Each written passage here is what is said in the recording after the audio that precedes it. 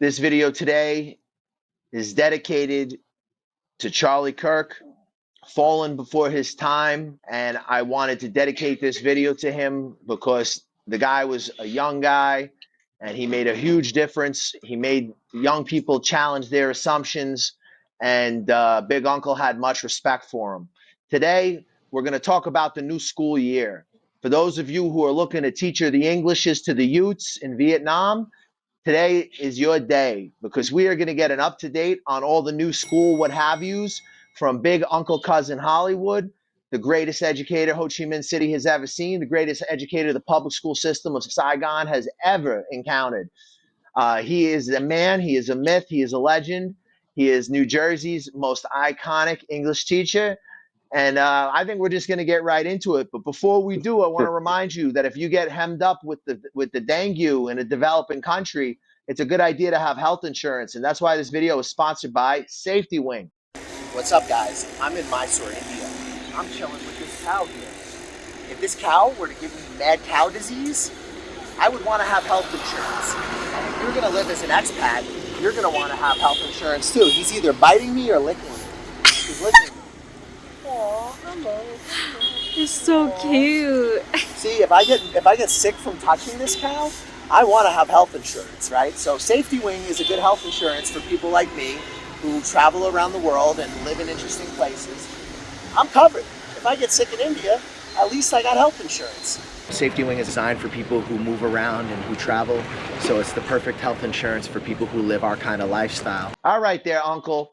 Let us know what's going on this year, man. Talk to me. So school started now, right? School's officially open? Yes, September 8th was the first day of school for me, but September 5th, grade one gets introduced to the school on their own. So I had to go to school for 3 hours and play some games with them. That's about it. We had like a hopscotch board with animals and cars, and when you say hop on the car, see if he knows what a car is. So we had that game, and then we had like a warm up of sticky ball. I had a game where they were throwing sticky balls, getting their arms loose for the school year. The Transformers were roaming around, some clowns. So it was just hey, don't be scared of the big white monkeys that are going to be teaching you. What grades are you teaching this year? Well, in America, you would say first grade, second grade, third grade, fourth grade, and fifth grade. But in Vietnam, since it's bizarro world, you say grade one, grade two, grade three, grade four, and grade five. Mainly this year, though, they got me teaching first and second most of my classes, which to me, I like. So it's much easier and brainless to teach grade one and two. But I have 1 through 5. Most of the older kids remembered me from last year. I cut my hair, so they're like, "Where's the long hair teacher guy?" Then they're like, "Oh, there's Mr. Jeff." So some of them remembered me, and the little ones, they were just scared of me at first. So what I did was, I think I sent you some pictures to loosen up the kids so they're not afraid of me. I kind of threw on the big nose with the mustache and the eye. Now I didn't realize it was the Hitler mustache, but I threw on the big nose and I put them on all the kids and took pictures. It was kind of fun. It loosened them up. There you go. Got some pictures there. That's grade 2. That's grade 3 actually right there. That's a grade 3 kid. But it loosened them up, because I'm over 6 feet tall and a big doofus to them. So it's the first week. It's pretty simple. I don't play any games in the first week. The first week, I'll tell you exactly what I do. I go in, I write my name on the board. My name is, and then I have them repeat my name about 5 times. And then I say, I write Vietnam on the board, and I say, "You're from Vietnam. I'm from USA." And they, "Oh." And then I put my age, and they go, "Oh, no," you know. And I write the rules on the board, and then it's, if it's grade 1 and 2, you're teaching grade 1. Raise your hand, stand up, sit down, line up. Yeah. Lots of games. No games in the first week. I don't play games in the first week Ah, okay. because a lot of it's so unorganized the first week. By the time I teach them the rules and go over my name and waste as much possible time, there's really not enough time. And we have a letter from the school this year. We can't play more than 10 minutes of games, Ah. which is fine. By the time I get in, Yeah. 5 minutes pass, 15 minutes for the book, 10 minutes for the game, 5 minutes for stickers. I'm gone. Man, You I used to know. walk into the class and I would just play the game as soon as I could, bro. No, this year we got a letter that they don't want you to do. They said you can do 15 minutes, but they prefer 10. I met all my new teacher aides. One of them I had 3 years ago. She was very nice, and we got along. She's a good teacher, and we're kind of friends. So I'm kind of in there because I know she'll never complain. And I also have a new, right out of university. She's 23. You can see she's scared as hell with the kid. Like, we have a kid that eats chalk and licks his face and puts it all on his, and he's running out eating garbage out of the garbage can. Ah. He's special, but we have three of them.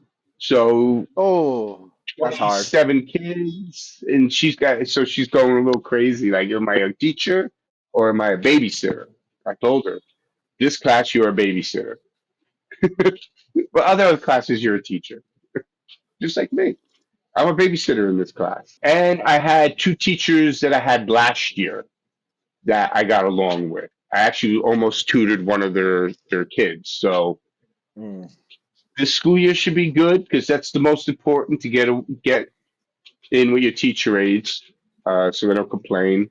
And I wrote down all their favorite drinks. So once in a while, I'll bring them some drinks. Like I was saying earlier, if you're happy, then that's really what matters because there's all kinds of jobs out there, guys, and some of them are going to have things about them you like, and some of them are going to have things about them you don't like, and some are going to be both. So, Yeah. there's no such thing as a perfect job in Vietnam. I don't know that there's a perfect job anywhere. Well, I'll tell you what. I mean, it's not. Yeah, no, the perfect job I had it playing base pitcher for the New York Mets. That's the perfect job, man. But this is an easier job than America. It's like Hmm. super easy, less hours. I mean, you get a little hammer, do a little whack-a-mole with games and stuff, and so as far you're working less hours, you're making decent money, you have more time to yourself. I mean, it's pretty easy. So compared to certain jobs in America, I mean, this is like walking on a cloud, even though it's dysfunctional. Yeah, and again, guys, you're coming to a developing country, so you should try to manage your expectations. I mean, if you want everything to work like clockwork, go live in Switzerland. You know, if you if you want to have a lower cost of living, and you want a little bit of flexibility in your life, and you're willing to give up some of the luxuries of a developed country, then you can have a pretty chill life doing the teaching thing. Like for me, I leveraged teaching. I taught in the public schools for just about 6 years, and I stopped kind of like halfway through the last year, and I went full time consulting, and then I've been just kind of consulting since then. And I would have never been able to put this business together had I not started out teaching. So had it not been for English teaching and the circumstances that occurred over the pandemic, I mean, I'd be a completely different person, and I'd be doing things completely different in my life. And I don't think I would have done a lot of the growing up that I've done from living in the developing world. It's been a real eye opener. It's changed my politics. It's changed my understanding of the world. When I was in America, I was on the left because I believed in, the idea of like labor unions, and I still kind of clung to the idea that, the left was the way it was when it was for the working class. And living overseas and just opened up my eyes a lot. I changed my perspectives on a lot of things about the world. I grew up a lot.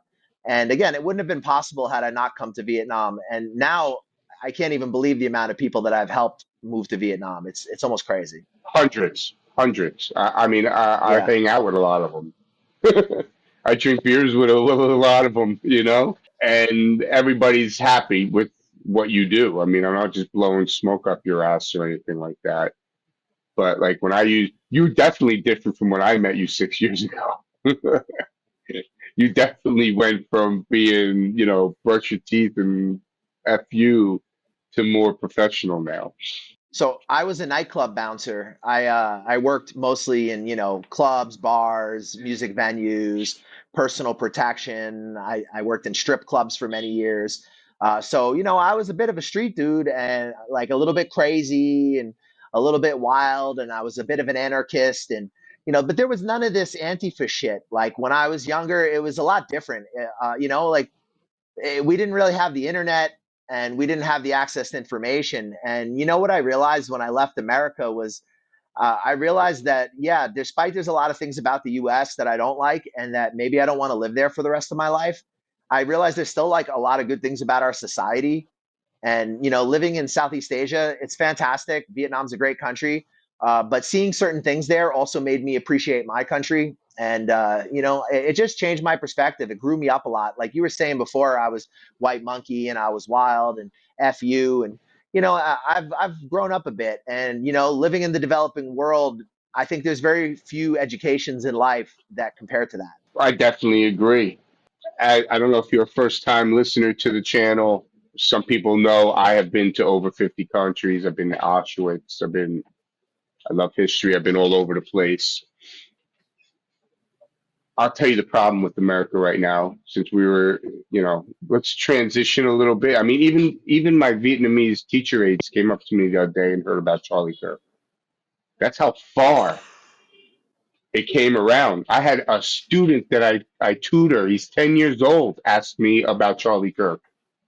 Vietnamese student, very smart Vietnamese student, but he's 10 years old and he was like, what happened to that person? So this is worldwide. When you take somebody out that is trying to complement freedom of speech, because that, First Amendment, he died not for the Second Amendment, he died for the First Amendment, freedom of speech. When you're president, it's part of the game. People try to kill you, but I mean, he gave everybody the freedom to say what they wanted to. Because the problem comes from nowadays, the kids are brought up where, as you said, the internet, TikTok. My dad used to whip me with a belt.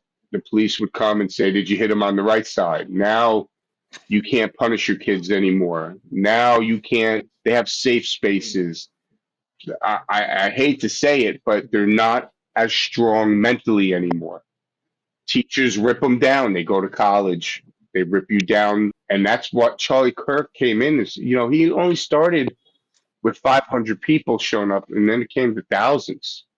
So, as far as the left goes, um, there's a far left. 90% of the Democrats are far left. I consider them to be pretty much, maybe I might go too far here. I believe some of them to be terrorists because they're Same. trying to bring down America's society and change it into something more Antifa-like. It's not okay. And you have teachers celebrating his death. Yeah, it's And disgusting. these are the people that are teaching your kids, professors. You know, that's where the issue is. We have to do something, not to the young kids, but we have to do something to the adults teaching them that. Something's got to happen. Do I want violence? No. But at the same time, I mean, the Charlie Kirk thing has changed the world, and there's like, look at Stephen King. Oh, Scumbag. Charlie Kirk said, yeah, Charlie Kirk said that he should stone all transgender.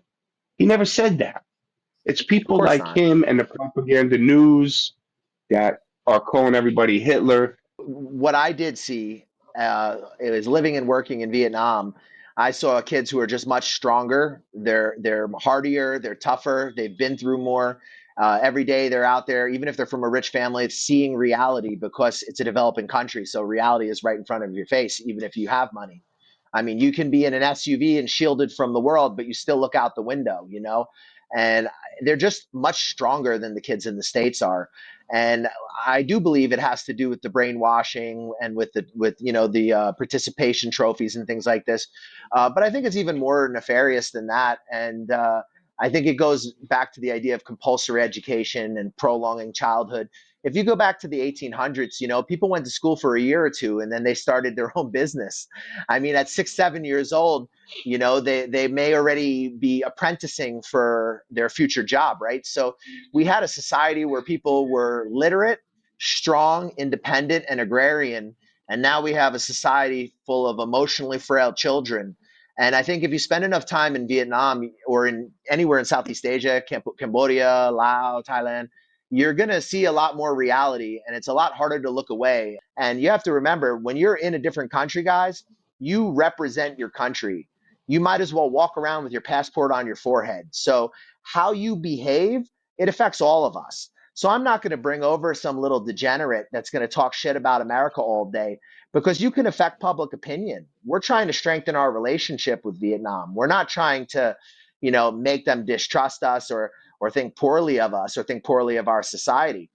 We want to be good guests in their country and we want to represent our country and our culture well.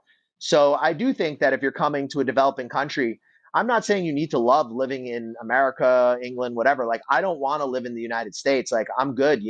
I found what I want out of my life, but I'm grateful for it. And I'm proud that I grew up in New York. And I don't think I would change my path, brother. The only thing I think I would do is maybe make some of the changes in my personal life sooner had I had more information, right? What's the old saying? Youth is wasted on the young.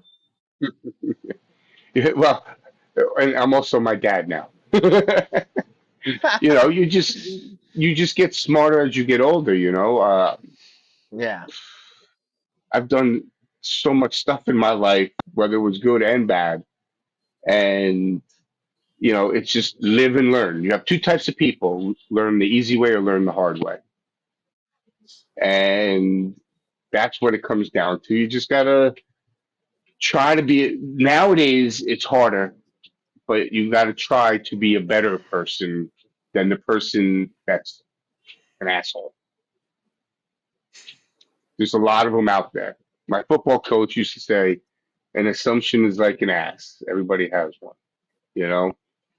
Uh, it- so you were talking about the kids in Vietnam. I mean, 100, or Asia in general. They're 12 Mhm. o'clock at night just selling lottery tickets. But when I traveled and lived in other countries, those kids had it just as bad too, you know? Mhm. And then you go to America and the kid's complaining because his Starbucks too hot and just sued for $10,000. It's just the toughness. Our society has to get tough again. Our borders are shut down, so that's going to Mhm. help. The Democrats are here against law and order, against communist. I'm an independent. I'm not a Mhm. Republican or a Democrat. I am the party of Same. common sense. That's what it comes down to. I agree with some things from the left. I agree with Mhm. this, some things from the right. I don't make anything up. For instance, again, I'll say something else about Charlie Kirk. Somebody said that he wanted all the gays killed. And a gay kid came up to him at one of his colleges and he said, I'm gay and this is my name. And Charlie Kirk said, never start with you're gay. You're a human being. Mhm. Do I Yep. agree with who you are? No, because the Bible says not to. Do I not like you? Absolutely not. You're a human being. You're a child of God. So he didn't hate anybody. He didn't agree with some of the things they did because of his faith. But for people to go out there and just blatantly lie, now they don't even want you to talk no more, man. crazy. I mean, it was very, I'm what, 13,000 miles away. I woke up, my brother's in Florida, and he was like, Charlie Kirk. I was, what? Like, who would kill that dude? Who would kill him, right? And now you got people saying he was shot from behind. I mean, now you have all these conspiracies coming out. Naturally. I put Charlie Kirk almost on the same level as Martin Luther King a little bit. I mean, the way that I see it is that you had a young man who built himself an incredible media empire by only 31 years old, married to, his beautiful wife, who has two beautiful children. And there are few things in the world more disgusting and more despicable than what we just witnessed. And even where I'm at right now, like I'm filming, I'm talking to Hollywood, I'm over in the south of India in a really cool little cultural city called Mysore. And even my friends out here are like, what the fuck? They're like, what Yes. happened, man?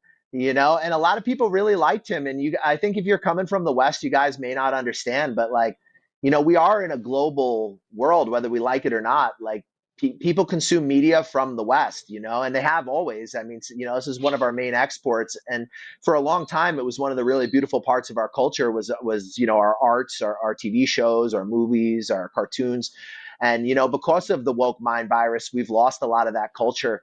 And I look at countries like Vietnam, and that was another thing that kind of turned me against the left is like living in Vietnam for so long. I really do see the value of national identity and culture. Now, I'm not saying Vietnam's perfect. Like, obviously, you guys can go down a rabbit hole yourself on all the things that are wrong with Vietnam. There's lots of issues there. But one thing that they really have together is they do have like a national pride, and they do really like truly believe that their country is getting better.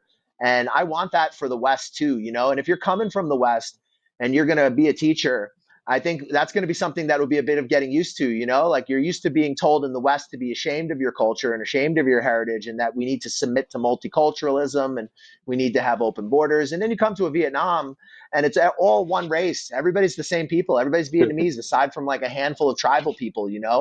And they are very, very proud of their country, as they should be, because they've gone through a lot. And people sometimes will try to get me. They'll be like, oh, well, you don't like communism, but you like Vietnam. And the only person who could say something so stupid is somebody who's actually never been to Vietnam. Vietnam's a very capitalist country. It opened up to market capitalism, and since it did, the country's been rising, and now it's a middle income country. Infrastructure is much better than it was years ago, and it's only improving. And there's a general optimism. Also, the United States and Vietnam, their relationship's getting better. Vietnam's taken our F-16s slowly but surely. You can see that the business relationships are tightening.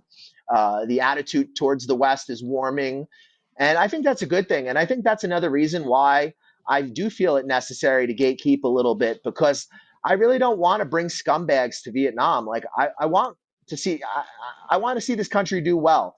And I'm not naive. Like, I don't expect you to go over there and to like be Coach Carter and like, I'm going to save the day. But I just want you to come over. And if you're going to teach, I just want you to be a decent human being and not a degenerate.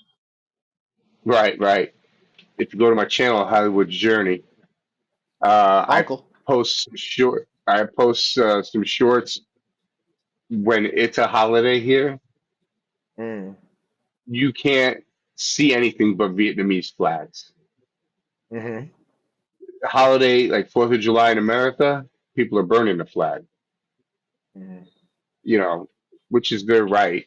People die for that right. But They don't have that right in you still Vietnam. shouldn't do it. You still, they would put you in jail for that. You still shouldn't hmm do it. You know, but when you're more like Vietnamese or Vietnamese, there's all of them. There's no other really hmm anybody here. So yeah, their culture and everything is still the same. Look at Europe. Look at Brussels. Everybody's from Algeria and everything. You can't even walk down the street if you're filming without them jumping you, throwing bottles at you. They're ruining society in Europe. Look what hmm happened in the UK. Look what happened in Ireland. These politicians are letting everybody in, so there's no more culture in a lot of these countries. And Vietnam is quite smart that way. They don't give visas to these African nationalities or to the Middle East very easily.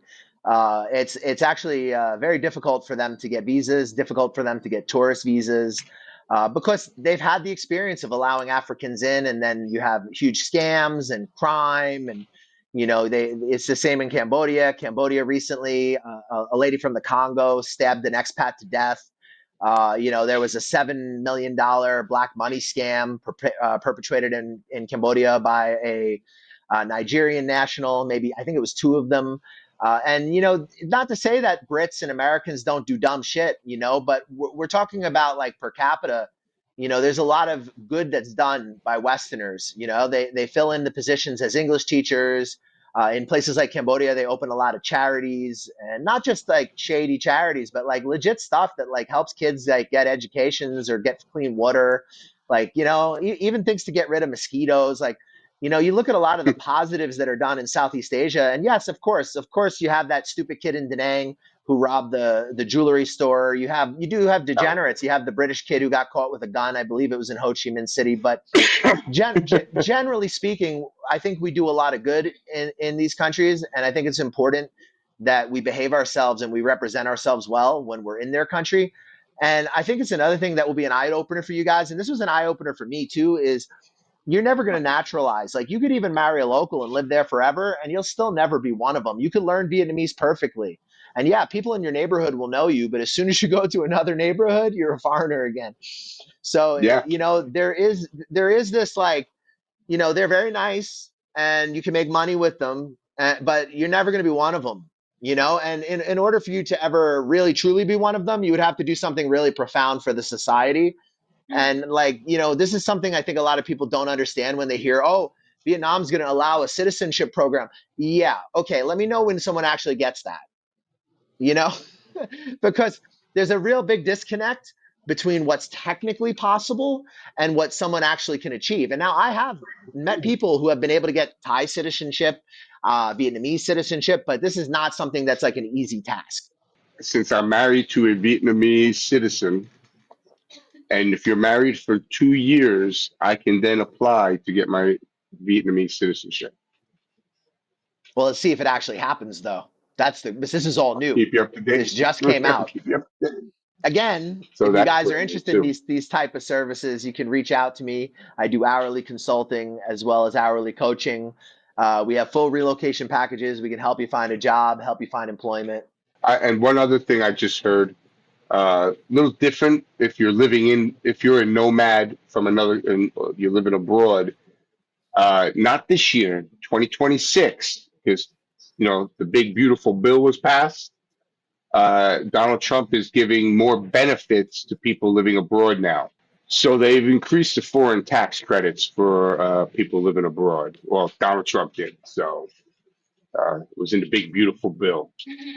Just wanted to get that across. So, a little better for us. It is. And, I think the reason why they did that, and again, this is just speculation on my part. I'm not sure why they did it, but I think one of the reasons why they may have done it is because they're taxing remittances harder now, because they're trying to get the migrants that are sending money outside of the United States to be taxed higher. But that actually does have an effect on expats. Like I'm often remitting money to myself because I live overseas and I make money online. So now I'll be paying more for the remittance, but I'll be paying less I'll have a higher bracket for me to still qualify for the overseas foreign tax credit. So I, you know, I can't complain. I think it makes a lot of sense to tax remittances. You have people coming into our country, they're taking the capital out of our country. I think there should be some sort of a system in order to prevent a lot of that money from going out. Like in Vietnam, for example, it's kind of difficult for you to actually open up a bank account and have a bank account in your name unless you have all your documents. Everything is very like strict when it comes to money laundering. Yet in America, these people are able to work illegally and still remit money out of our country easily. Yes. So let's focus in on the teaching. Like, was there anything else this year that you noticed that's really different, or has it been pretty much business as usual? Business as usual. My school was Mm. updated. It used to be blue. Now it's orange. They got all new uniforms. That's about it. Um, I haven't really spoke to any other teachers because school just started. Uh, on my breaks, sometimes I see teachers from other schools, and I ask them questions. I haven't seen any of them yet, which I don't know if that's Mhm. bad or good. Normally, I see a bunch of because I take my break in 7-Eleven. 7-Eleven's a little different here in Asia than it is in America. And so I just talked to one kid from Brussels, but he works at my school. I work, another girl was from Cuba, and Russia, but they work at my school. So I haven't really spoke to any other teachers yet. But as far as right now, it's just business as usual. And as far as the new school year goes, has the classroom sizes basically stayed the same? Is it still like 20 plus kids, 30 kids? This school I'm in right now, they have 30 kids, so they haven't changed. Actually, got first grade got bigger, second Hmm. grade got bigger, but third grade, the class only had 20 kids. So, Okay. which is good for me. I don't want 40, Hmm. 50 kids anymore. Yeah, yeah, for 20, sure. 25 kids are a good number. Has that become kind of normal for you now? Like in the beginning, I imagine that was a little difficult to adjust to, but now it must be just like walking in the park. Well, once you, the first 2 years here, I was not the best teacher. Uh, Mm, the system is a shock for the schools. mm, Um, and you got to kind of remember you're not here to be Superman. You're mm. kind of here For to sure. be Robin, not Batman, but Robin. Right. Um, so Good it took me analogy. 2 years. Yeah, it took me 2 years to also understand the culture of the teachers. And so now, yeah, it's more easier because I know what, like I said, now I can get them drinks. I know not, I tell them they're the queen and king of the classroom. I'm just here. You tell me what to do. Uh, I give them the power, whereas before I took the power because I'm from America. You got to listen to me. I'm the English teacher from America. Now it's just like, here's your teacher. I'm just here to be a clown and dance like the clown in the video. If you look, there's a I was clown in the al- background. That's me. I was always I'm that. giving, yeah, like I say, I'm giving them big noses, the little hammer for the whack-a-mole games. Uh, 3 years ago, I wasn't doing that. For sure. I was doing, yeah. So So, you come a long way. So Vietnam's been good to you? yeah, I have no complaints. I mean, actually, I do have a few complaints, but they're getting better. It was all about the visa stuff. That's all over for me now, so I don't really have to complain about that. The visa, like if you got to do a visa run every 30 days or 90 days, yeah, that's the toughest part. But if you get a job and they get you a work permit and a temporary resident card, you're good for a year or two. Mm. I'm And hearing you they you don't give. married. Yeah, I'm married. The 30th of this month will be 1 year. Congratulations. Yeah, and we're still alive. We're Yeah, alive. man. We're We come a alive. long way. Uh, We come a long way from hanging out in Vung Tau during the pandemic, huh? yeah, yeah, yeah. Kept running into It changed. walls, and when I first moved here, I was a maniac. And then Yeah, you me too. realize, when you come here, you're like, I'm only gonna be here a year or two, so get the best of Mm, it. And then you realize, do I want to go back to America? I love America, but it's just so difficult. I gotta work all these hours, pay all these taxes, pay so much for rent, pay so much for mhm. food. Credit. I end up staying. Yeah, I just stayed. I don't have any credit. I don't have any debt. You know, Same. do I miss walking barefoot in the grass? Yeah, but do I miss really good pizza? Yeah, uh, but I'll not have that to be here, so I don't have to die early. Work So until I this is your die. schedule? That's my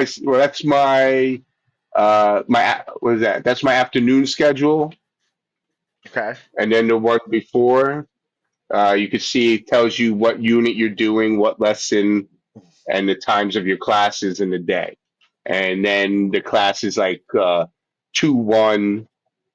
So it's second grade, room 6, first grade, room 5, and they have different floors, so they're all lined up. Which this school is like, you go to some schools, you get lost.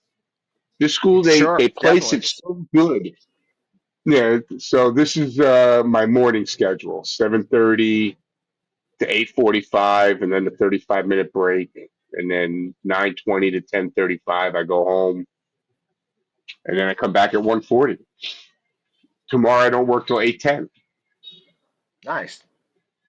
and it's about 70 hours total if I don't have any days off or holidays, and I do a full month. It's 72 hours, which comes Hmm. to a little over 30 million, Hmm. and that's That's 72 hours a month, not a it's week. not bad, guys.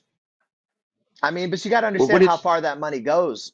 it goes far. And I do it for more than 2 now. It's just when if you're single here, whoa, you save so much money. But now, I have her and stuff, and I still have money left over. So I mean, to work 72 hours in a month, in a month, that's like a week and a half in America, Hmm. right? Or 2 weeks. You work 40 hours a week, let's say. So you work in 2 weeks for the same amount that I'm working a month, and I'm still making decent money. So I never left.